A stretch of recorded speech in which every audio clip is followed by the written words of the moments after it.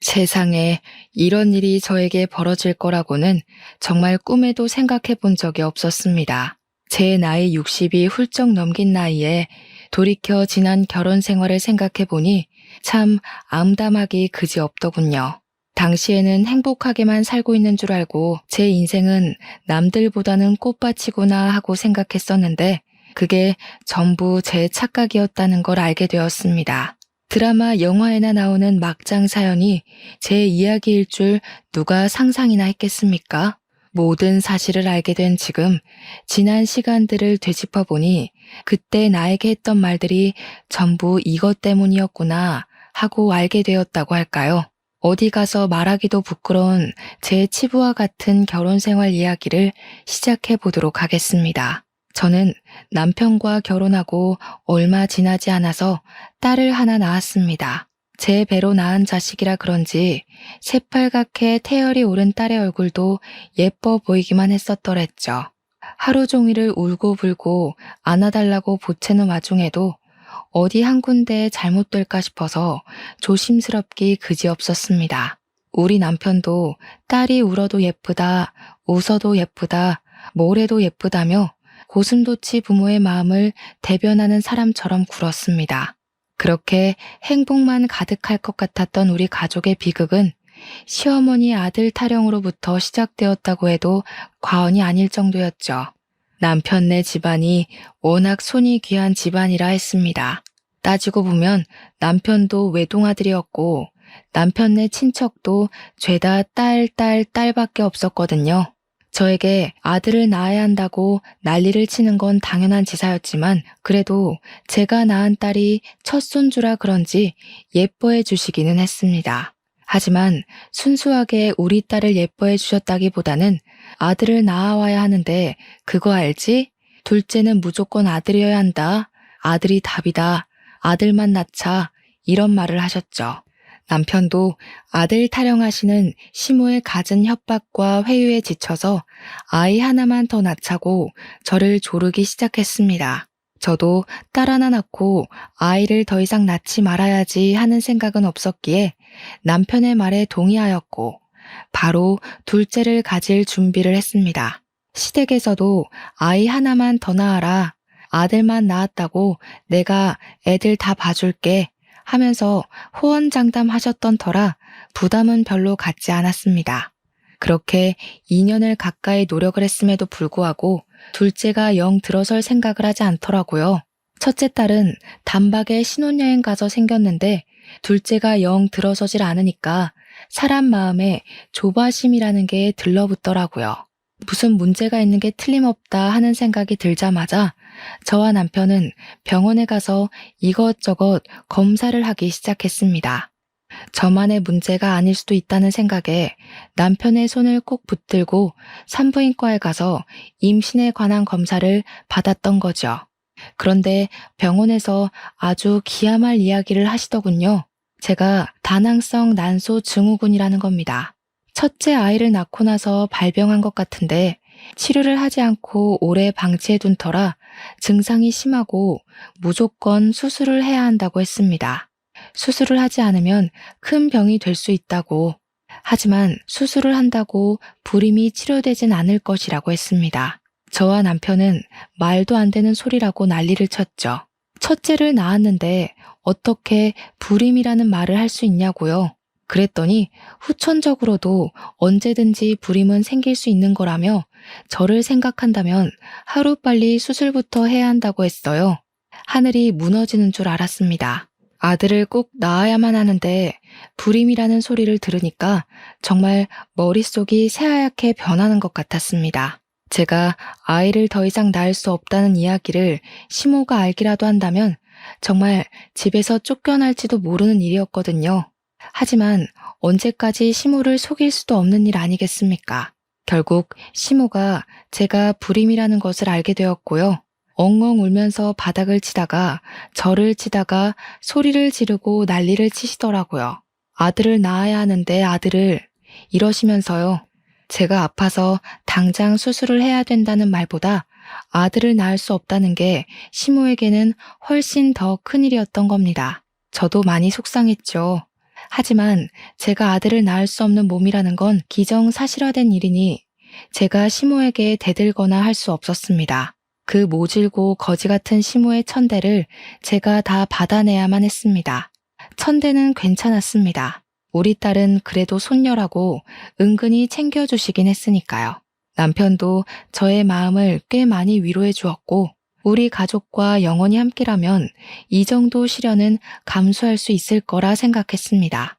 우리 시모가 독실한 기독교인이라 이혼은 죽어도 안 된다. 이혼하면 교회 못 나간다고 생각하시는 분이어서 그나마 쫓겨나진 않았달까요? 그러니 시모의 분노가 오로지 저에게로 꽂히긴 했지만 그래도 우리 남편, 내 딸과 함께 할 수 있음에 진심으로 감사했습니다. 남편한테 밖에서 아이라도 낳으라고 하고 싶어 하시는 것 같았지만 이것 또한 기독교 교리에 어긋나는 행동이라고 하더군요.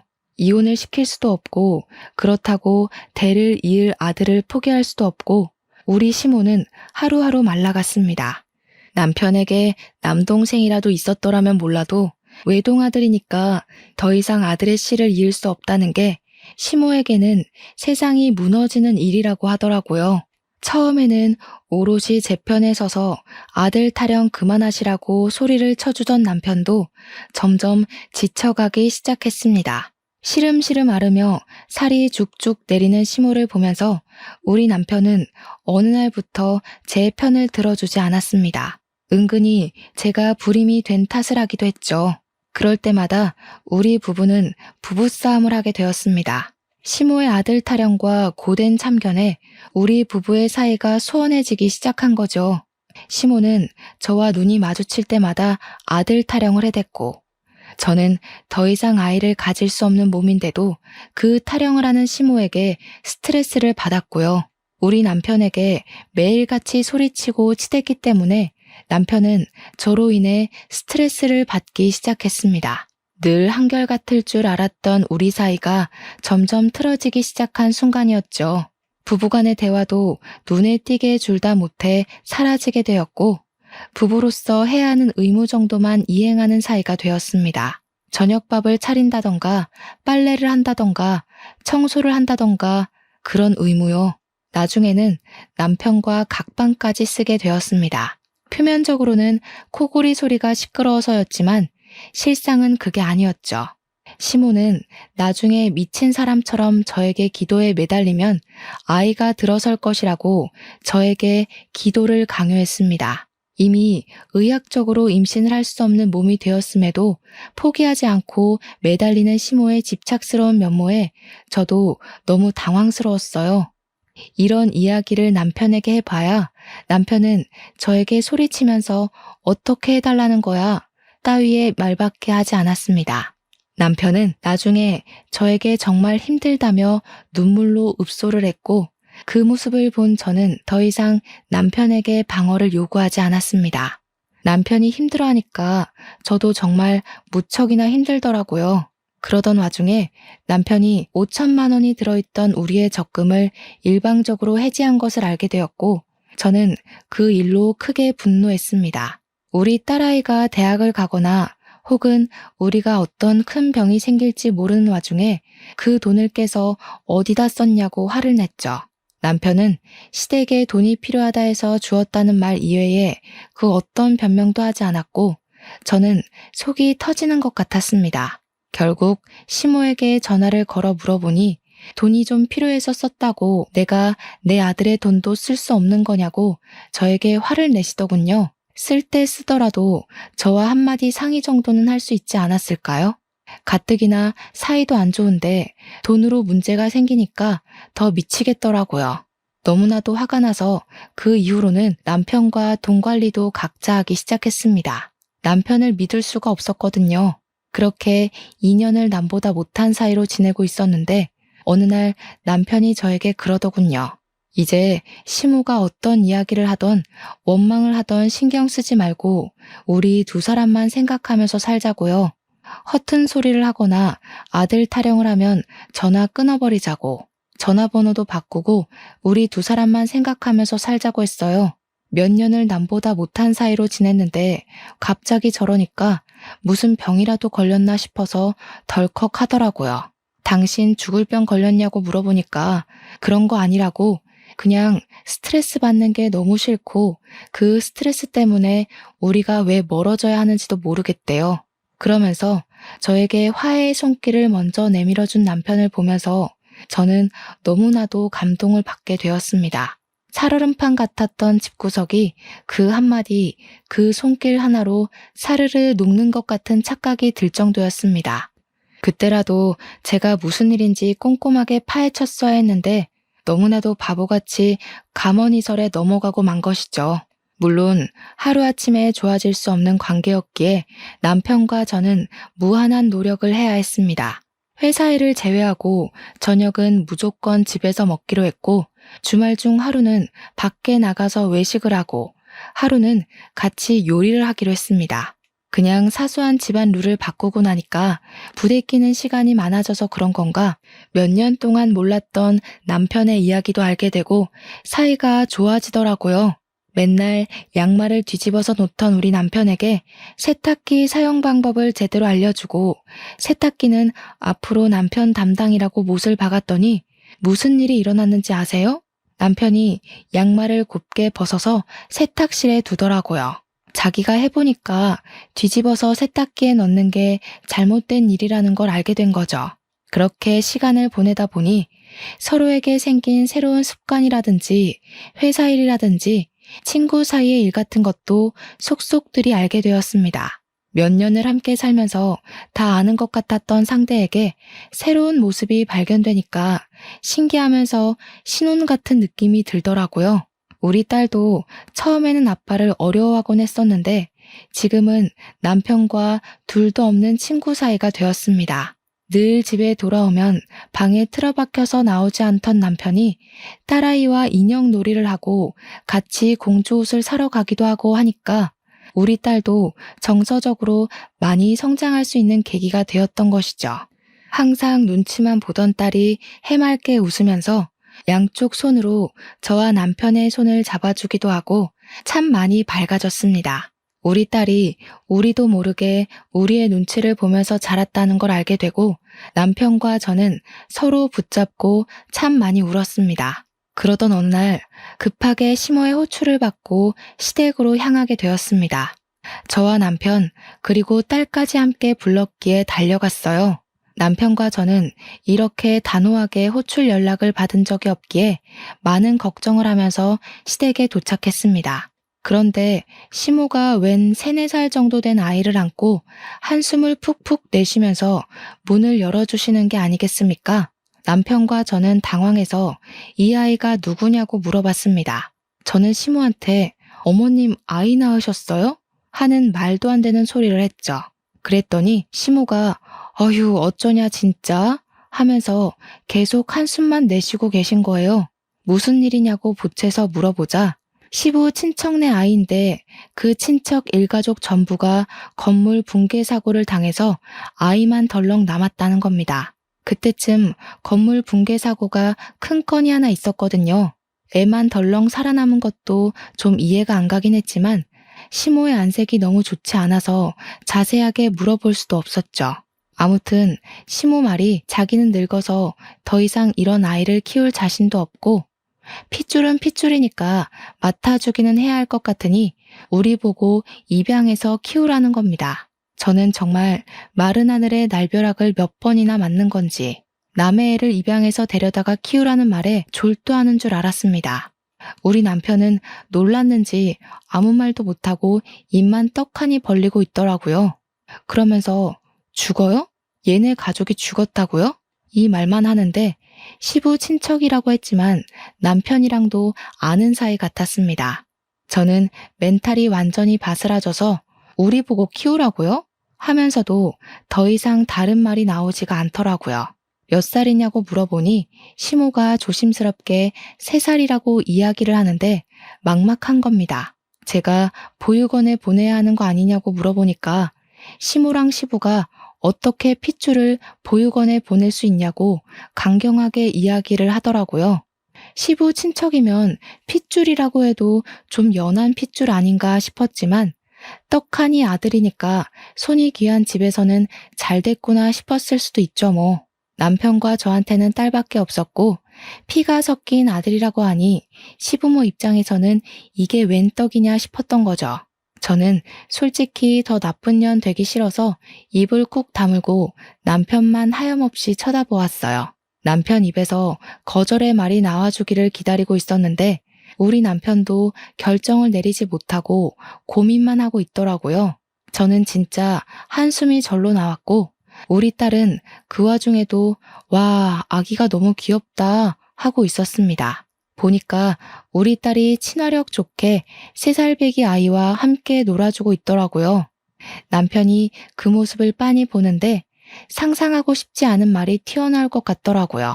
시모가 제 손을 갑자기 덥석 잡더니 그동안 구박했던 거 다 미안하고 잘못했다고 더 이상 잔소리도 안 하고 아들 타령 안 할 테니까 아이 좀 키워달래요. 이 아이만 키워주면 해줄 수 있는 모든 걸 다 해주겠다면서 그동안 서운하게 했던 거 전부 잊고 새 출발하자는 겁니다. 살림에도 전혀 간섭 안 하고 이 아이만 맡아주면 죽은 듯이 살겠다고 하시는데 제가 정말 발을 동동 구르고 싶었어요. 우리 시부까지도 나한테 부탁한다고 조심스럽게 이야기를 하는데 저는 남편만 보고 있었습니다. 한참을 고민하던 남편이 저를 딱 보더니 그러대요. 아이를 키우고 싶다고 하는 겁니다. 어차피 우리도 둘째를 가지려고 했으나 몸에 이상이 생겨서 아이를 갖지 못한 거 아니냐고 저를 설득하는 거예요. 우리 딸이랑도 3살 차이 나는 아들이니 나이 차이도 좋지 않겠냐고. 둘이 잘 노는 거 보니까 오히려 딸한테도 좋을 것 같대요. 그렇게까지 이야기하는데 제가 더 무슨 말을 할 수 있었을까요? 자세히 보니까 시부 핏줄이라 그런지 시부의 얼굴도 보이는 것 같고 남편의 모습도 보이는 것 같고 우리 딸이랑도 잘 놀고 결국 떠한 듯이 애를 데리고 집으로 돌아오게 되었습니다. 남편은 별 고민 없이 아이가 집으로 오자마자 육아용품들을 사러 가자고 했고 당장 필요한 아이의 용품을 사오게 되었습니다. 갈아입을 내복조차 없었으니 하나하나 새로 준비를 해야 했어요. 아이를 위해 쓰라며 시부가 200만 원을 보내주기도 했습니다. 그날부터는 입양 절차를 알아보기 시작했고 남편은 진짜 우리 아들처럼 잘 키워보자고 딸 하나 아들 하나 이상적인 가족 아니냐고 끝까지 저를 설득했습니다. 이미 입양 절차까지 끝냈으니 저도 결심을 했죠. 우리 딸처럼 우리 아들로 키우겠다고요. 그런데 좀 어이가 없는 상황들이 발생하기 시작했어요. 우리 딸이야말로 내 배로 낳은 우리 핏줄이고 아들은 뭐 솔직히 말하면 제 피가 섞인 건 아니니까 남의 핏줄이나 다름없잖아요. 그런데 시모랑 시부는 물론이고 우리 남편까지도 아들이라고 오로지 아들이라는 이유만으로 너무 편애하듯이 챙기는 겁니다. 우리 딸이 인형놀이를 하자고 다가와도 아들이랑 자동차를 가지고 놀고 있으니 제가 고운 시선으로 아들을 볼 수가 없더라고요. 저도 참 못난 사람이죠. 이게 바로 새엄마의 고충인가 싶으면서도 그래도 우리 딸을 더 예뻐해줬으면 싶더라고요. 제가 점점 딸에게만 신경을 쓰게 되고 마음이 기울게 되니까 아들은 점점 더 남같이 느껴지고 저도 모르게 아들의 실수를 눈감아주지 않고 싸늘하게 대하게 되고 예뻐 보이지도 않더라고요. 이게 바로 차별이라는 거잖아요. 아무것도 모르는 3살짜리 애한테 대놓고. 그래서 제가 마음을 고쳐먹기로 결심했어요. 애들이 크는 동안 정말 차별하지 않으려고 무던한 노력을 해야 했어요. 특히 의사소통이 가능해진 시점부터 더욱 신경 써야 했습니다. 딸이랑 아들의 식성이 전혀 달라서 서로 좋아하는 반찬을 고루고루 해주는 것도 무척이나 중요했고요. 사달라는 장난감도 놀이 취향이 달라서 엇갈려도 2개를 꼭 손에 각각 들려주려고 노력했습니다.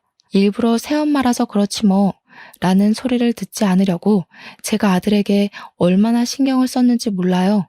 워낙 어릴 때 입양을 해서 그런지 아들도 저에게 엄마 엄마 하면서 잘 따라다니고 저에게 애정도 주고 했고요. 그렇게 우리 아이들이 초등학생이 되고 중학생이 되고 하는 동안 우리 가족에게는 많은 일이 있었습니다. 첫째로 시부가 돌아가신 일이었습니다.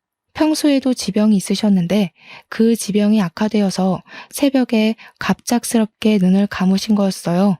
장례식장에서 남편이 받은 충격이 어마어마했는지 거기다가 임종도 제대로 지키지 못했으니 더욱 마음이 아팠겠죠. 남의 가족들은 전부 시부가 그렇게 허망하게 가실 줄 몰랐던 터라 우왕좌왕했습니다. 우리 시모 또한 현실이 믿기지 않는다는 듯 그렇게 영정사진을 붙잡고 오열을 하셨어요. 우리 아들, 우리 손자놈 크는 거 보고 갔어야지 뭐 그리 급하다고 일이 빨리 갔냐고 하시는데 그 와중에 우리 딸 이야기는 없어서 서운했습니다. 두 번째로는 몇 년 뒤에 시모가 노화로 인하여 돌아가시게 된 일이었습니다. 눈을 감기 직전까지 인공호흡기를 달고 계셨는데 하염없이 저를 찾으셨다고 했어요. 저는 회사에서 일을 하다가 반차를 급하게 내고 병원으로 달려왔는데 시모가 정말 눈물을 뚝뚝 흘리시면서 쇳소리로 이야기를 하시는 겁니다. 싫었을 텐데 아이를 맡아 키워준 게 너무나도 고맙다면서 자기가 지은 죄가 많다고 다 용서해달라고 하셨어요. 그간 아들 타령하시면서 아들을 입양하기 전까지 저를 엄청나게 괴롭히시긴 하셨으니까요. 가는 길에 다 용서해주면 고맙겠다고 하시는데 그렇게 짜증나고 싫었던 시모가 죽기 전에 용서를 구하고 가니까 마음이라는 게 또 참 그렇더라고요. 가시는 길 내가 편안하게 가실 수 있게 용서를 해드려야겠다 싶었죠. 우리 시모가 끝까지 용서를 빌게 된 일에는 다른 이유도 있었어요. 죽기 직전까지 우리 딸은 쳐다도 보지 않고 아들만 챙겼기 때문이에요. 우리 딸에게는 용돈 10,000원도 쥐어줘 본 적이 없으면서 아들한테는 아들이고 또 부모 잃어 불쌍한 애라면서 그렇게 잘해줬거든요. 가지고 싶은 거, 먹고 싶은 거 있다고 하면 아들에게 다 사다 바치고 오죽하면 우리 딸이 저한테 넌지시 물어보기도 했어요. 엄마, 동생 말고 사실은 내가 주워온 애 아니야? 이렇게요. 그때마다 너무나도 속상했지만 딸아이에게 알아들을 수 있게 설명하는 게 더 힘들었습니다. 어떻게 말해도 우리 딸이나 아들에게 상처가 될 수 있는 말이 될 게 뻔했기 때문이었죠.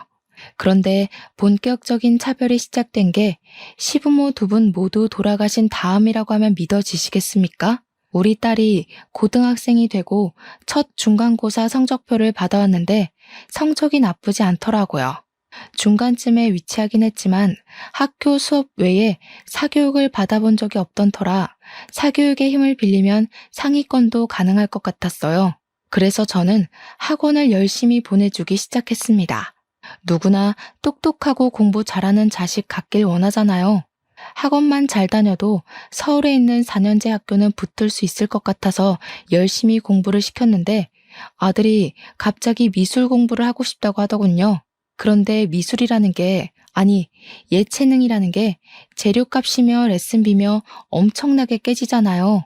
그때 이미 저는 퇴직을 한 상태였고 남편 외벌이로 살고 있었는데 미술 재료값에다가 딸 학원비까지 생각을 하니까 막막하더라고요.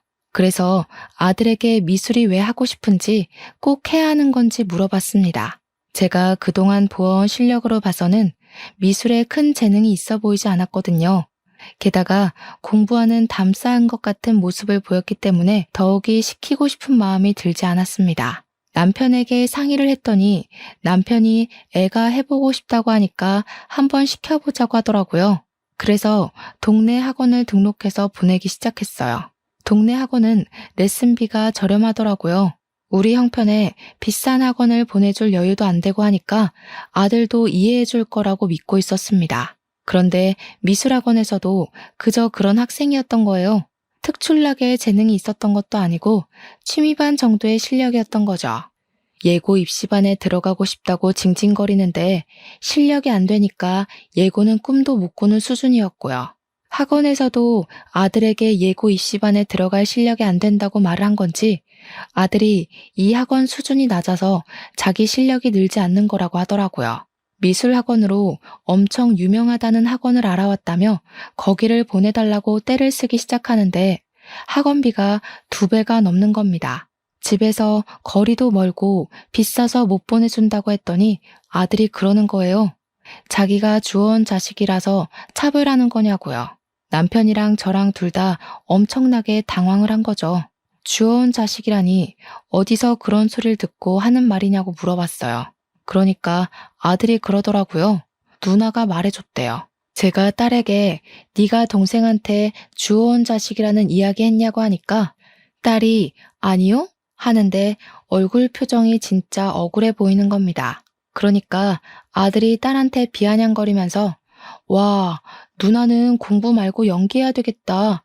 연기자가 따로 없네. 이러더라고요. 남편이 아들 말만 믿고 화가 났는지 딸에게 처음으로 손찌검을 했어요. 저는 놀래서 이게 무슨 짓이냐고 소리를 질렀고요. 딸이 눈물을 뚝뚝 흘리면서 그런 말 한 적 없는데 왜 자기 말은 안 믿어주냐고 소리를 쳤어요. 그러니 남편이 딸에게 네 동생은 그 사실을 어찌 알고 저렇게 이야기를 하겠냐고 하더라고요. 저나 남편이나 아들에게 주워온 자식이라는 말을 한 적이 없으니까 사실 딸밖에 없는 상황이긴 했어요. 그래도 딸은 아니라고 계속 소리를 치고 아들은 누나가 말했잖아 이러고 제 속이 뒤집어지는 것 같았죠. 결국 아들이 미술 학원을 옮기겠다고 난리를 치니까 남편이 딸 학원을 그만두게 하라고 하더군요. 어차피 우리 딸이 공부해봐야 거기서 거기 아니냐고 차라리 예체능 하겠다는 아들을 밀어주는 게 낫다고 했어요. 그때부터 저는 딸의 학원비를 벌기 위해서 파트타임 아르바이트를 시작했습니다. 우리 딸에게 종합학원은 못 보내줘도 취약한 과목 2개 정도는 들을 수 있게 돈을 벌기 시작한 거죠. 아들은 떵떵거리면서 미술 입시를 준비했고 결국 예고는커녕 인문계도 간당간당하게 입학을 했습니다. 제가 봐도 실력이 별로였는데 당연히 전문가들이 봤을 때는 애들 장난으로 보였겠죠. 재료값만 해도 한 달에 몇십만 원이었는데 돈을 땅에다가 버린 거나 마찬가지였어요. 그런데 우리 남편이 아들에게 그러더라고요. 원래 실패가 다 밑거름이 되는 법이라고 앞으로 잘하면 된다고요. 우리 딸은 그렇게 열악한 상태에서 공부하고도 서울에 있는 4년제 학교에 입학을 했습니다. 그런데 학교에 가려면 등록금이 필요하잖아요. 남편한테 우리 딸 등록금을 내야 한다고 하니까 학자금 대출을 받으라는 겁니다. 아들한테는 돈 아까운 줄 모르고 쏟아붓더니 정작 딸 대학 등록금이 없다는 게 말이 됩니까? 우리 딸은 아빠한테 손찌검을 당한 이후로 남편과의 대화를 완전히 차단했어요. 혼자 알아서 하겠다고 하더니 학자금 대출 받고 틈틈이 아르바이트와 과외를 하면서 자기 혼자 벌어서 학교를 다니더라고요. 제가 파트타임 아르바이트를 하면서 번 돈은 모조리 딸에게 주었죠. 고등학교에 입학한 아들은 미술 학원을 그만두었어요. 정말 한숨만 나네요. 그렇게 쉽게 그만둘 거면 왜 시작을 했냐고 하니까 자기 길이 아닌 것 같다면서 저한테 말리지 그랬어요? 이러더라고요. 하고 싶다고 했을 때 시켜준 게 누구냐면서 엄마 덕분에 시간 버렸네요 하는데 손이 부들부들 떨렸습니다. 친엄마가 아니라고 자기한테 관심 없는 거 아니냐면서 이번에는 연기 학원을 다니고 싶다는 거예요.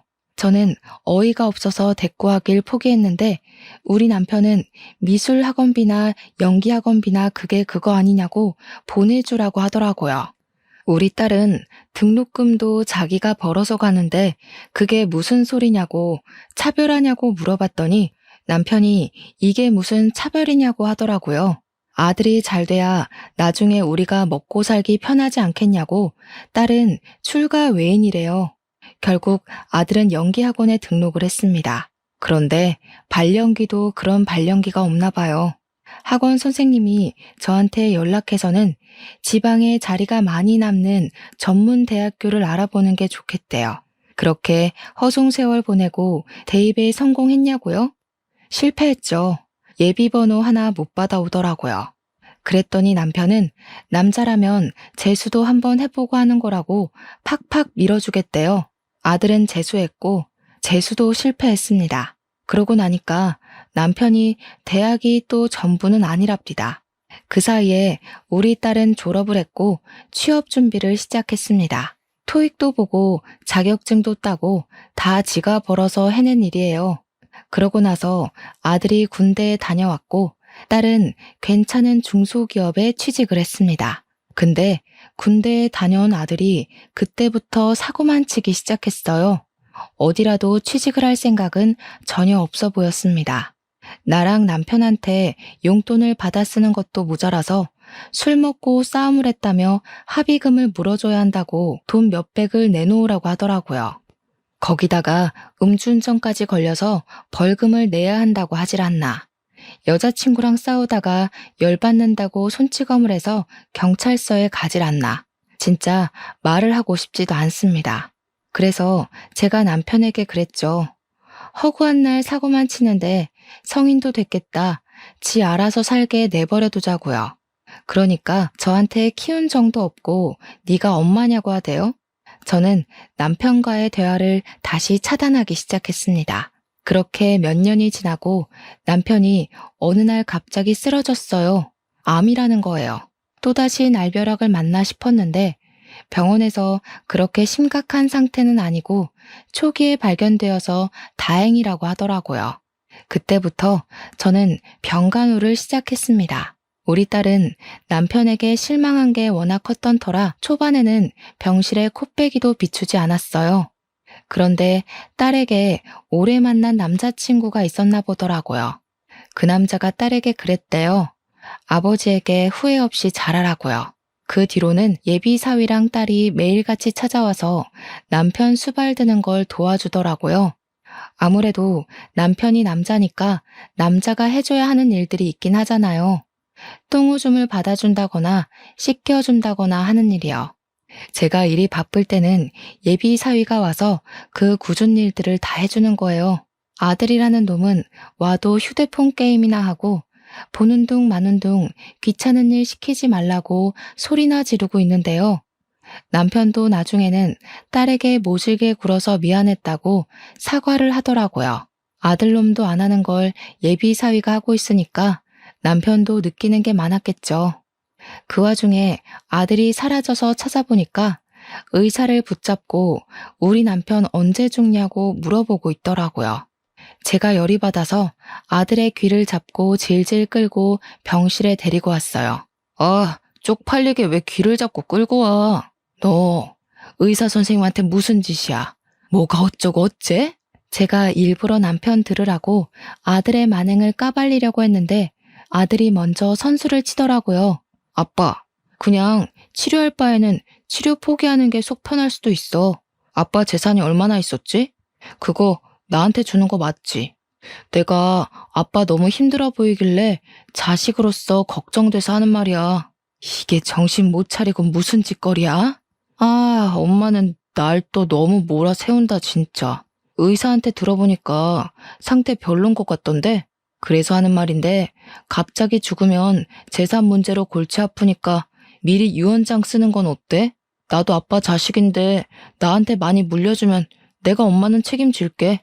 나 믿지? 그러니까 너무 걱정 말고 세상에 미련도 그만 가지고. 그 말에 남편은 씩씩거리면서 부들거렸어요. 무슨 말을 해야 하는지 머리가 지끈거릴 정도였습니다. 남편은 아들을 정말 한 대 칠 것 같은 표정이었지만 자기가 오냐오냐 키운 탓이 크다고 느꼈는지 화를 그냥 참더라고요. 다행히 우리 남편은 항암을 하면서 암 사이즈가 많이 줄었고 수술도 성공적으로 끝이 나게 되었습니다. 앞으로 회복에만 집중하면 된다고 해서 온 가족이 마음을 놓게 되었어요. 그렇게 남편이 기운을 차리게 된 시점에 우리 딸이 드디어 예비 사위와 웨딩 마치를 올리게 되었습니다. 남편의 손을 잡고 버진로드를 걸어가는 순간부터 우리 딸이 눈물을 보이더라고요. 딸의 결혼식을 마치고 신혼여행을 가 있는 동안 남편은 집에 들어오지도 않는 아들에게 실망했는지 저에게 파양을 하자고 했습니다. 그렇게 해달라는 거 다 해주고 키웠는데 아빠 언제 죽어? 유산은?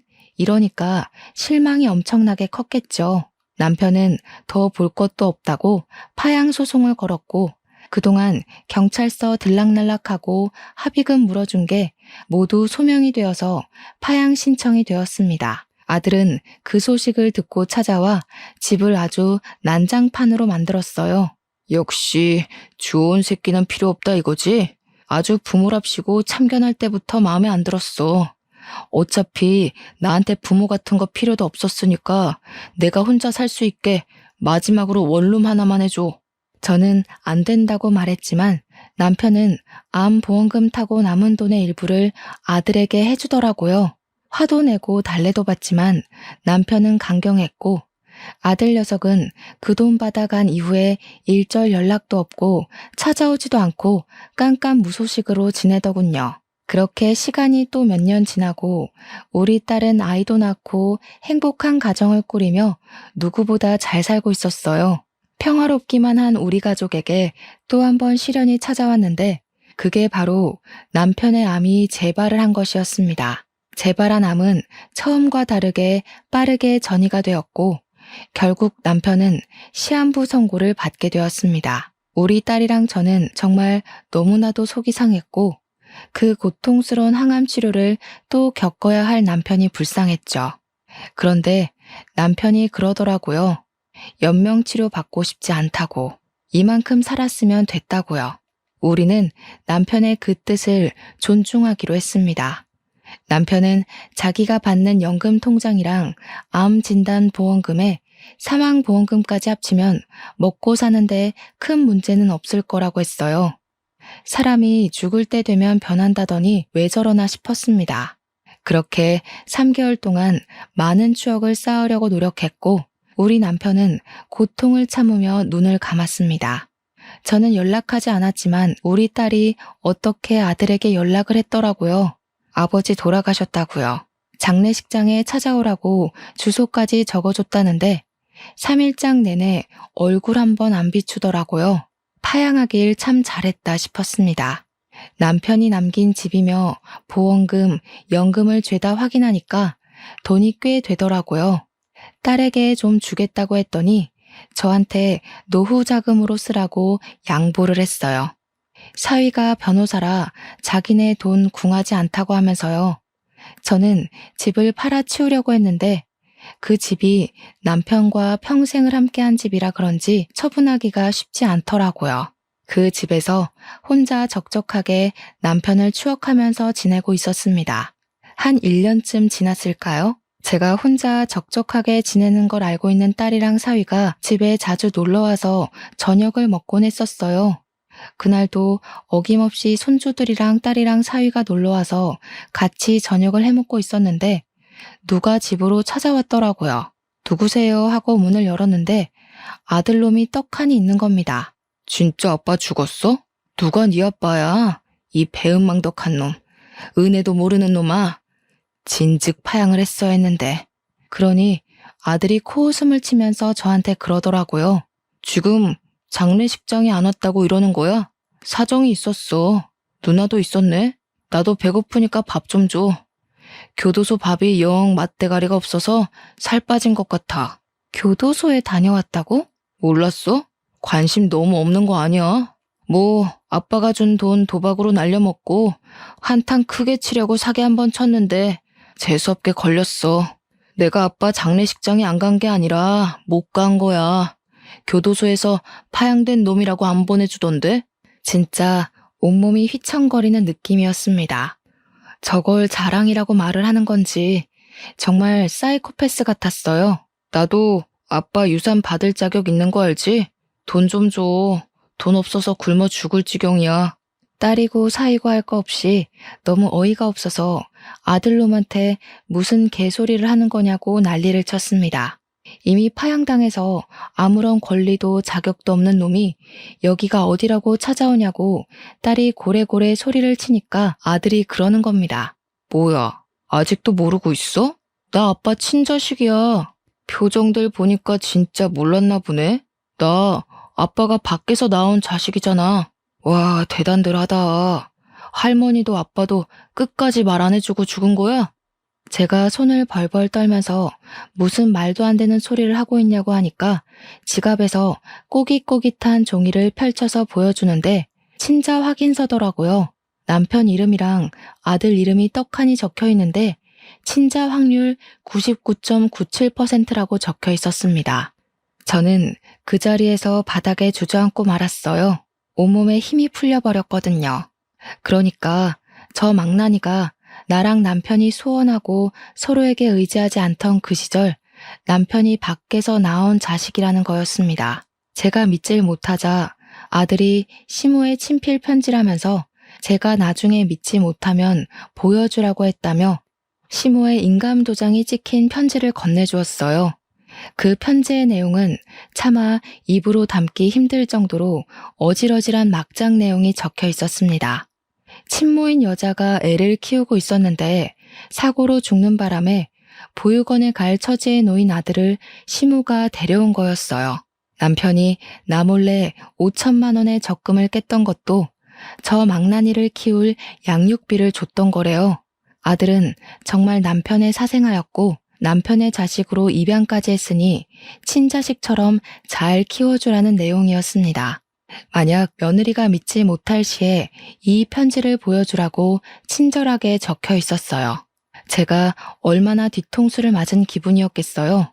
손을 부들부들 떨면서 그 편지를 읽자 아들이 그러더군요.